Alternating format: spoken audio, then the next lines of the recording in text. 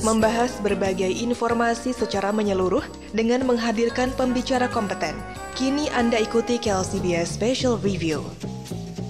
KLCBS, The Jazz Wave.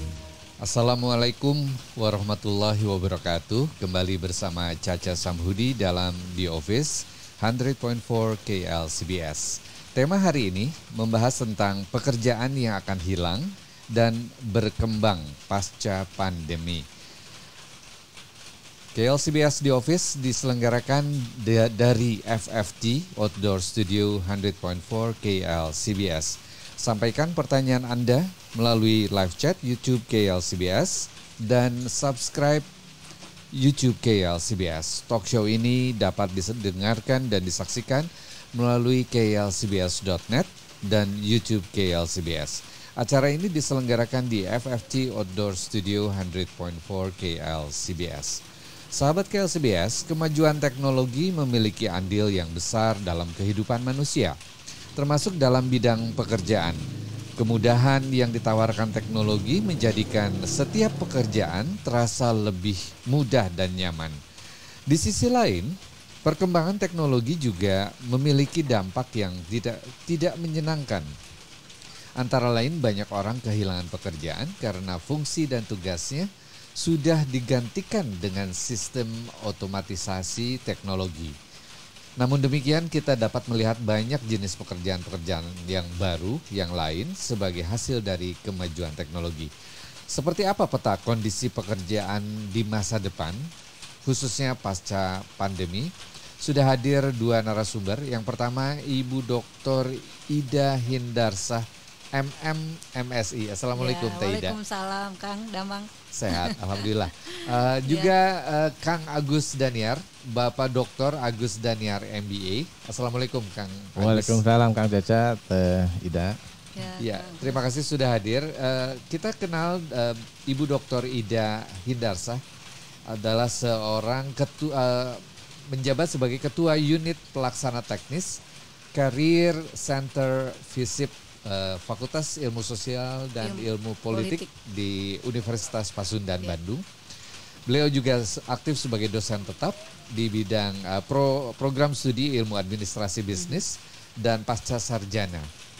Doktor di bidang manajemen. Ya. Dan Dewan Pakar, ketua, anggota di beberapa organisasi keagamaan, perekonomian sosial tingkat Jawa Barat terutama ya, Teh Ida. Ya.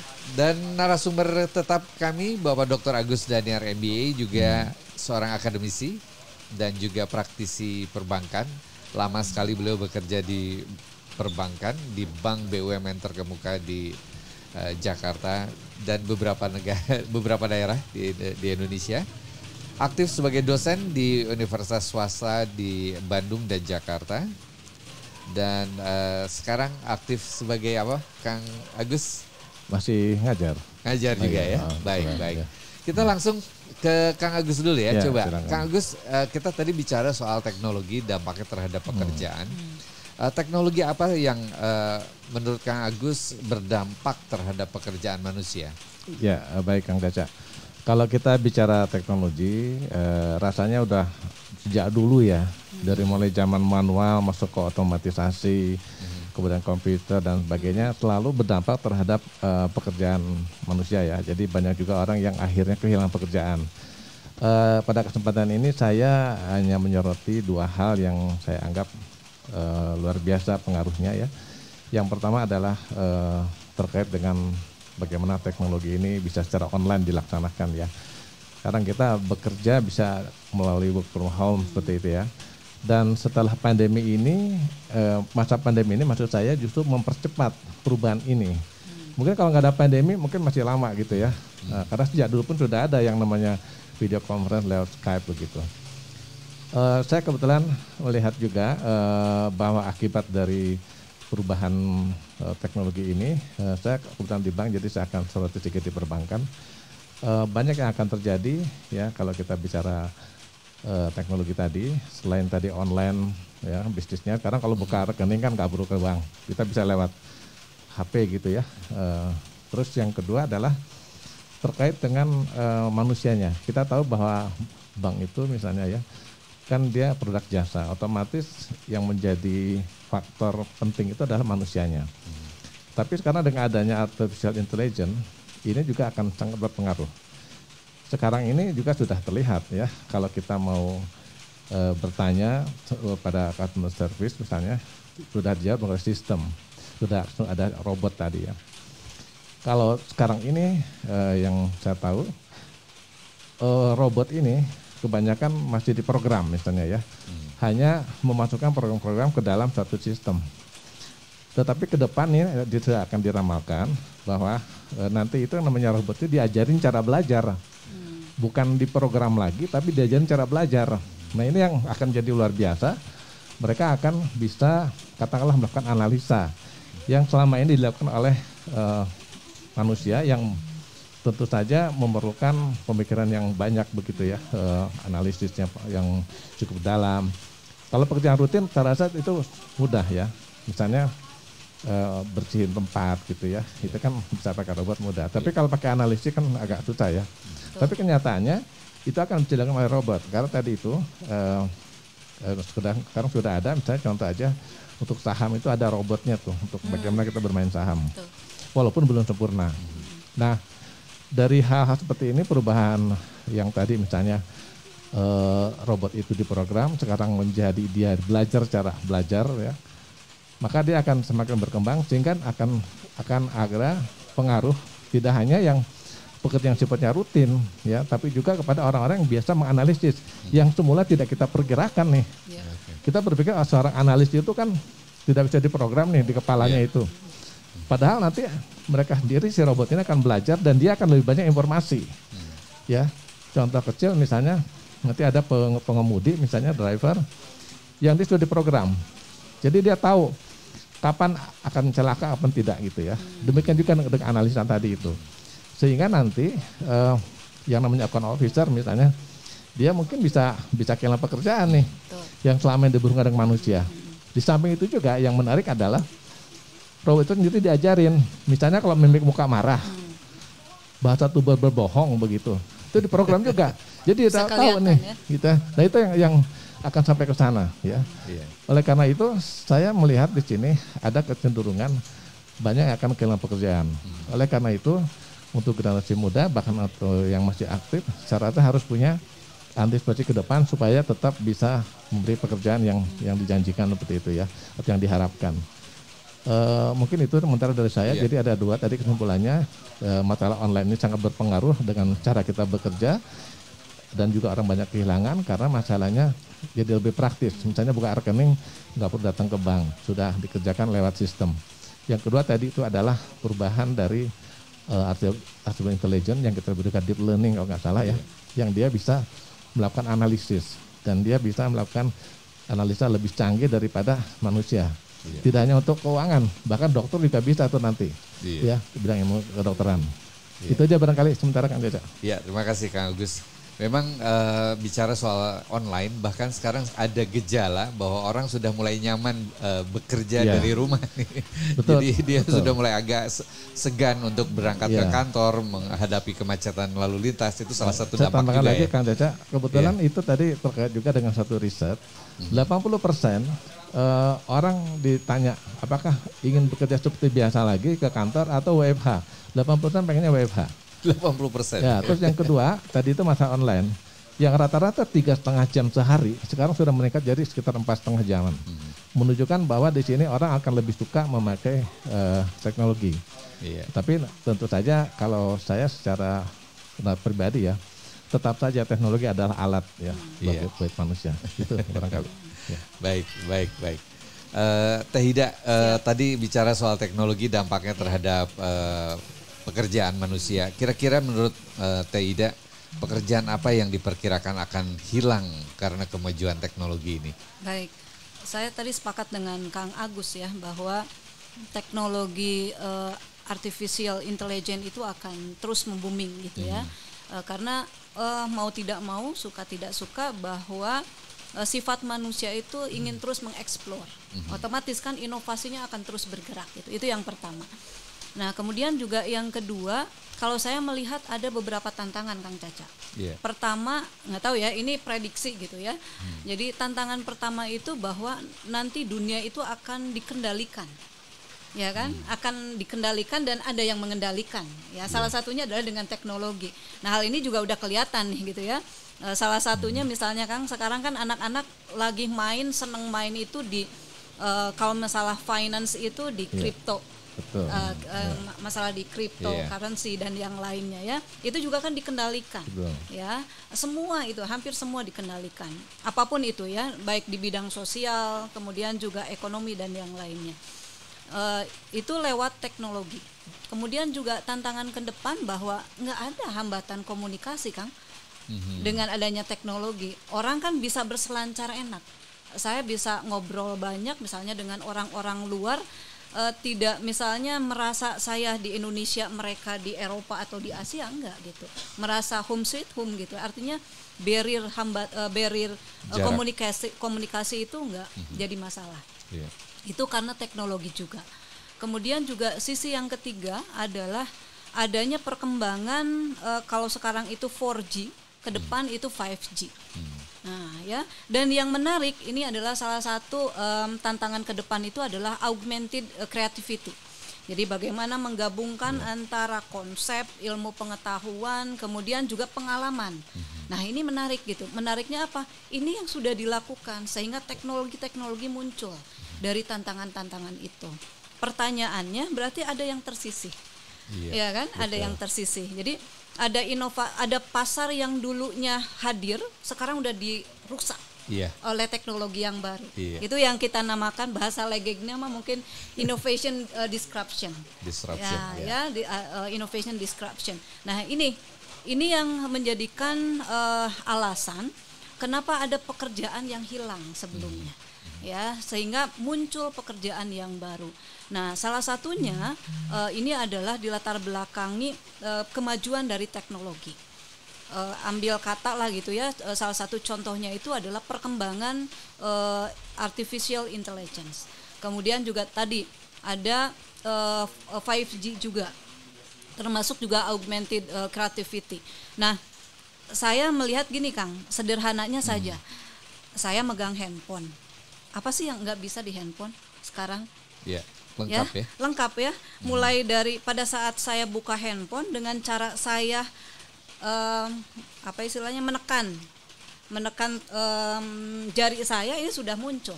Artinya kan itu juga perkembangan AI secara sederhananya. Karena kan konsep AI itu ada 3. Yang pertama adalah thinking mindly gitu ya, humanly.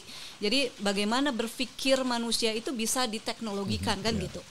Yang kedua adalah action humanly lah, bagaimana actionnya gitu ya secara humanis. Artinya kita ingin melakukan seperti itu, actionnya juga actionnya seperti apa yang kita lakukan ya inginkan, termasuk tadi kata Kang Agus, berhitung resiko. Manajemen resiko ada di situ ternyata di AI. Nah, hal ini bisa kita buktikan sederhananya, pertama itu. Kemudian yang kedua, bisa jadi Kang, kalau misalnya saya tersesat ya, saya ingin tahu alamat, kan tinggal pencet Kang. Google Maps. Itu kan sebetulnya perkembangan. Betul. Jadi apa yang bisa terdelusi dengan adanya teknologi ini? Artinya ada beberapa pekerjaan yang akhirnya harus bergeser. Contoh misalnya, kalau misalnya berbicara masalah, katakanlah misalnya pengajaran Kang, semua serba daring. Semua serba daring dan itu teknologi. Konon katanya istilahnya dosen pun juga akan tergeser Kang. Cepat atau lambat ya? Cepat atau lambat karena teknologi itu. Walaupun saya sepakat dengan Kang Agus, konsep humanis itu tidak bisa dihilangkan karena itu hanya tools gitu ya. Saya sepakat itu Kang. Tapi secara profesi kelihatannya akan ada pergeseran itu sehingga bisa jadi tidak hilang tapi perampingan. Nah, ya. Kemudian yang kedua, kayak misalnya perbankan, semua sudah terotomatisasi. Betul. Terotomatisasi. Sekarang kan lahir nih gitu ya, alat untuk pembayaran, sistem pembayaran segala macam, orang bisa berinteraksi dengan berselancar dengan aplikasi apapun.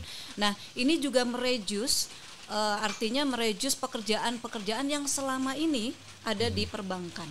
Ini lambat laun Iya. ya.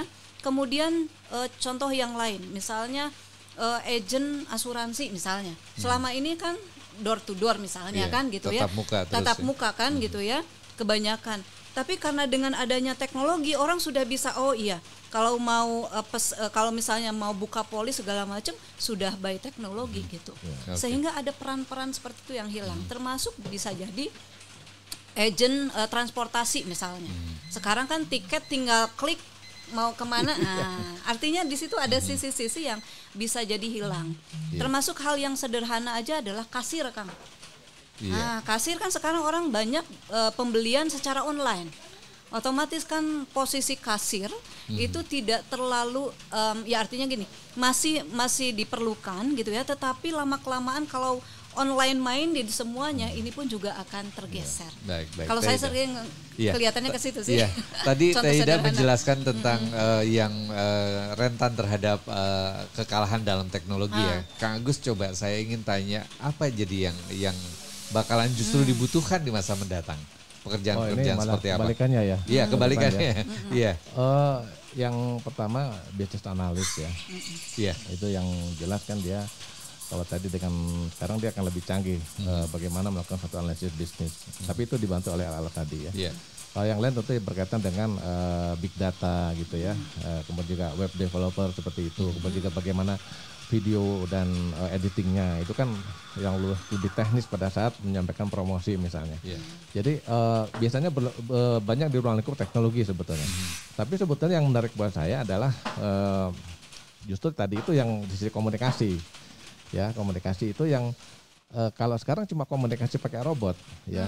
Misalnya kita mungkin tidak ada rasa tidak ada rasa gitu ya, cuma sekedar memang percakapannya mungkin sama ya. Iya. Tetapi rasa itu tidak akan muncul gitu ya. Dan ini hanya dengan manusia bisa seperti itu. Betul.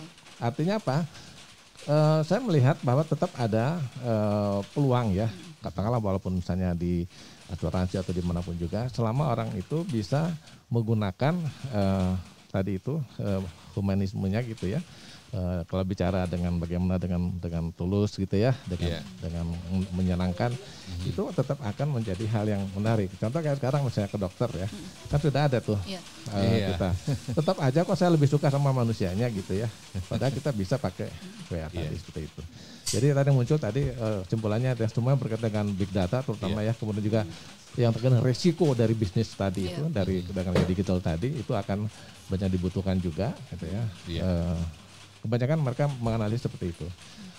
Dan kalaupun perubahan itu terjadi juga tentu bertahap ya. Bertahap. Ya, Jadi bertahap, karena fungsi tetap, personal tadi, fungsi persoalannya humanis adalah tadi. berapa lama bertahap ini. Contoh dulu saya tidak pernah terpikir, bukan merendahkan, bahwa misalnya tukang sayur punya HP. Tapi kan nggak sampai 10 tahun.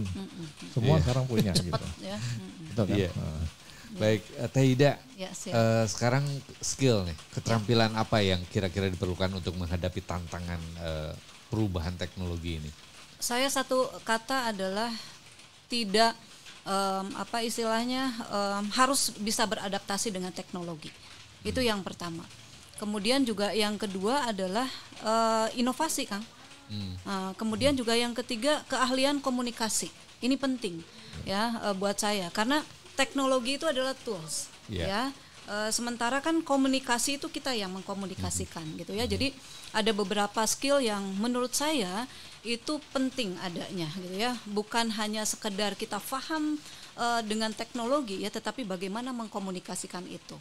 Kemudian juga skill yang ketiga, skill yang keempat adalah berani membangun ekosistem, Kang. Itu penting, Kang, di era teknologi ini gitu. Karena kan berbicara masalah teknologi itu bukan sesuatu yang sifatnya pribadi. Pasti ada ekosistem di dalamnya. Nah, itu yang memang harus kita bangun untuk bisa mendekatkan kita gitu ya, mengerti dan paham terkait dengan perkembangan teknologi itu sendiri gitu. Baik, Taida, Kang Agus, nanti kita lanjutkan. Masih ada beberapa hal yang ingin kita ketahui bersama. Sahabat KLCBS masih dalam The Office.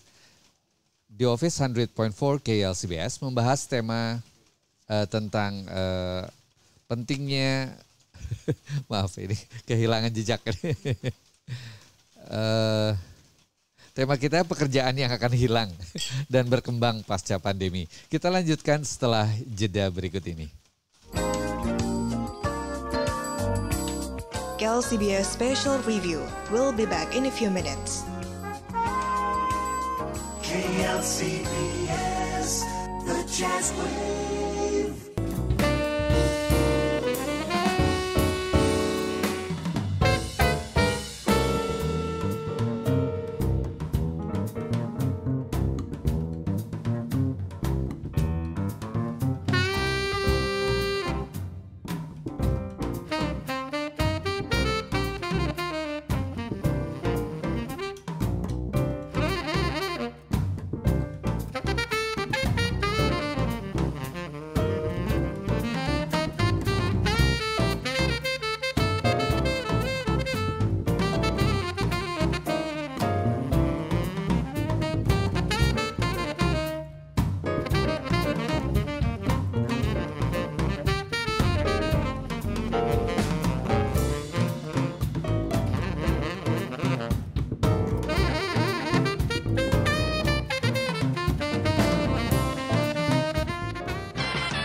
KLCBS in Bandung.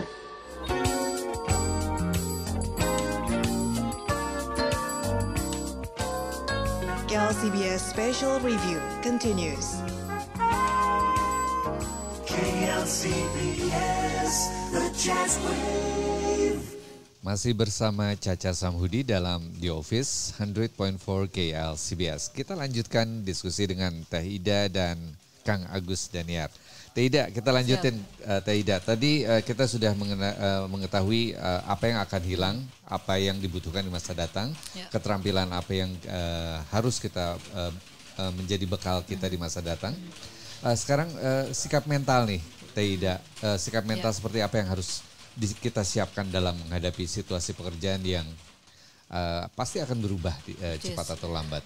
Ya, ini menarik ya. Ketika berbicara mental, apalagi di tengah pertempuran yang luar biasa, Kang Agus ya. Sekarang kompetitifnya luar biasa gitu ya. Bahkan menurut penelitian biasanya kan kalau ngelamar itu 1:200, sekarang 1:400.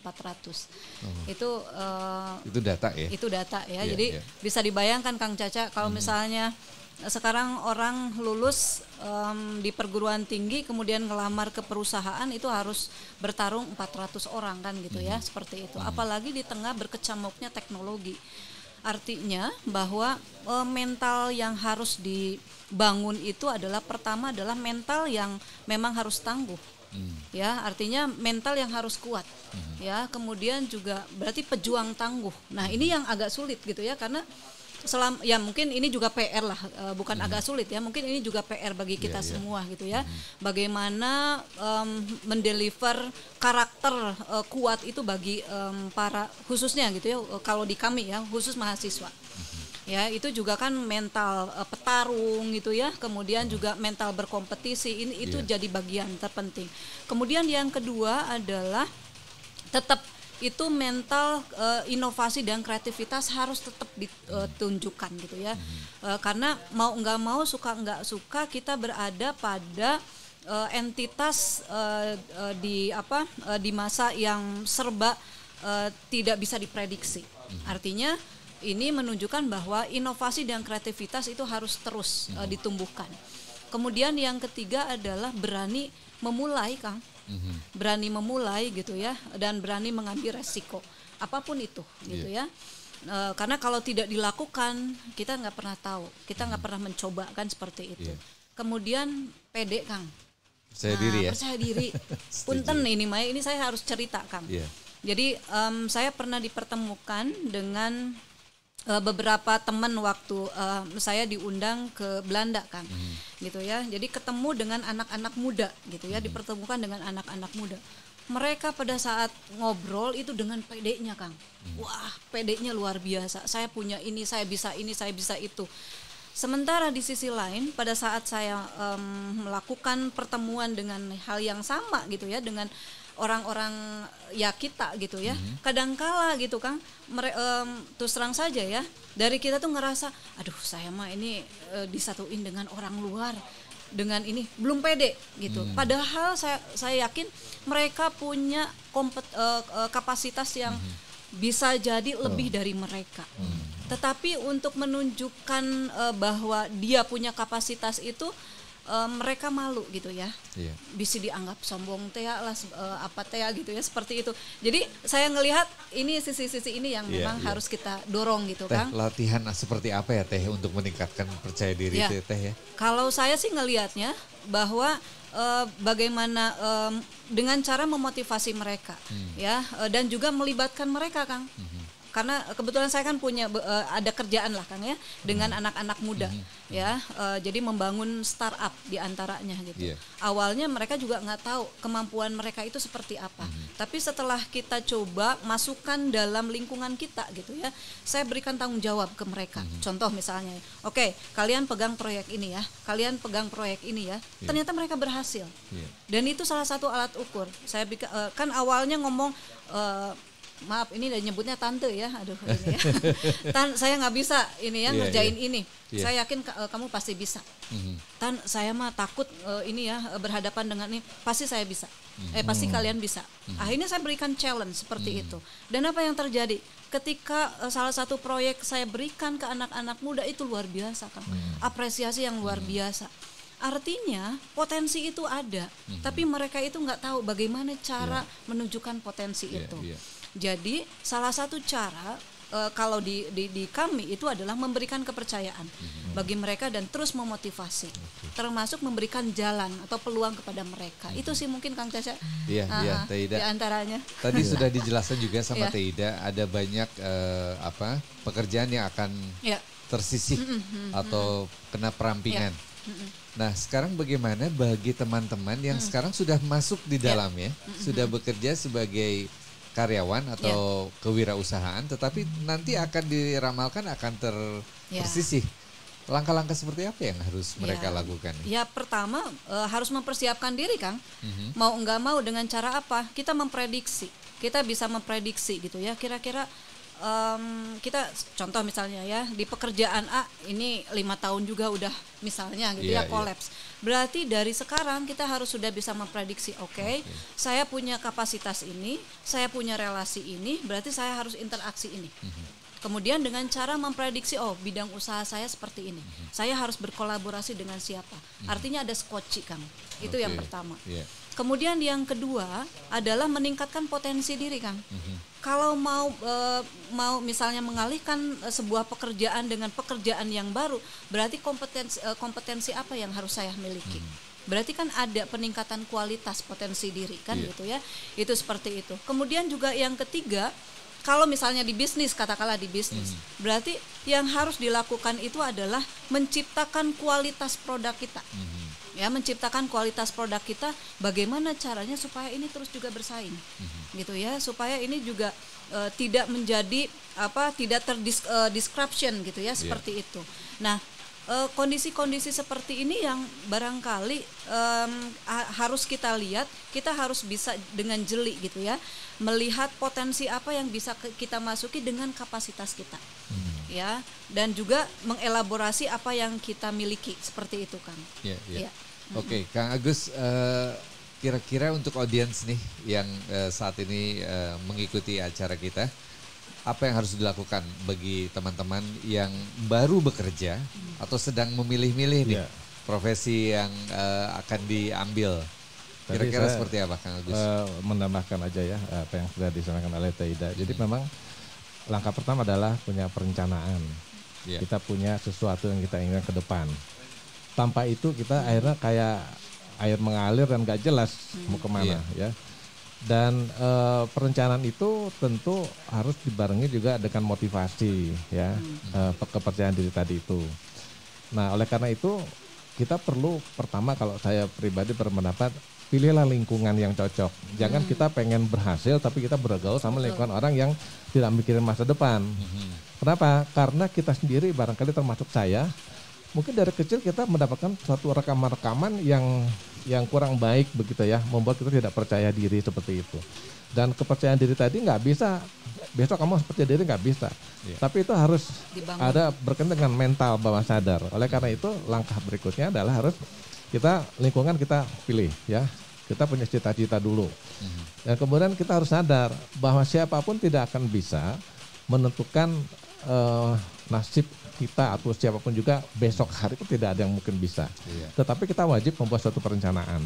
Dan dari membuat suatu perencanaan tadi dan juga dengan keyakinan tadi bahwa saya pasti bisa berhasil karena kekuatan tidak hanya dari saya, tapi ada yang Maha Kuasa yang mengatur, maka itu akan mendatangkan kepercayaan diri. Tetapi kalau kita tidak pernah atau hanya beranggapan kemampuan itu hanya dari saya sendiri, saya yakin pasti tidak akan percaya diri. Karena dia merasa terbatas. Tapi kalau dia tahu, saya terbatas kemampuan saya, tapi saya yakin di luar ini ada yang membantu saya. Nah itulah akhirnya menjadi PD tadi. Karena dibedakan PD sama sombong. Kalau sombong itu dia merasa dirinya sendiri yang paling hebat, tidak perlu bantuan orang lain. Atau ya itu aja barangkali kalau menurut saya. Tadi harus punya perencanaan dan dimanapun sekarang berada, ya. Dan perencanaan tadi tentu katakanlah perencanaan semua sederhana, tetapi di balik itu ada langkah-langkah yang dilakukan. Misalnya melakukan riset, tadi Tahida bilang apa sih yang akan terjadi ke depan gitu ya. Nah dari sana kita bikin perencanaan, kemudian lakukanlah perencanaan tadi dengan pelaksananya dengan ketumbuhan begitu. Jadi tidak ada masalah, mau dimanapun juga sekarang. Ya kadang-kadang kita nggak tahu kok, yang dulunya kemampuan kita pikir biasa-biasa aja, tidak terpakai, jadi terpakai begitu ya. Jadi akan sangat diperlukan sebagai ya itu barangkali ya kayak sekarang contohnya orang-orang yang dulu katalah dia suka bermain game. Kita beranggap ini masa depan suram nih main game doang gitu kan. Gitu ya. Tapi ternyata sekarang kan dengan keahlian main game itu dia bisa menjual bahwa gimana caranya menang main game tadi dan itu banyak pasarnya. Jadi kita sekarang nggak bisa juga menganggap bahwa apa istilahnya itu sesuai dengan kondisi sekarang ini kita nggak tahu ke depan itu pasti ada yang baru. Selama kita tekun di sana.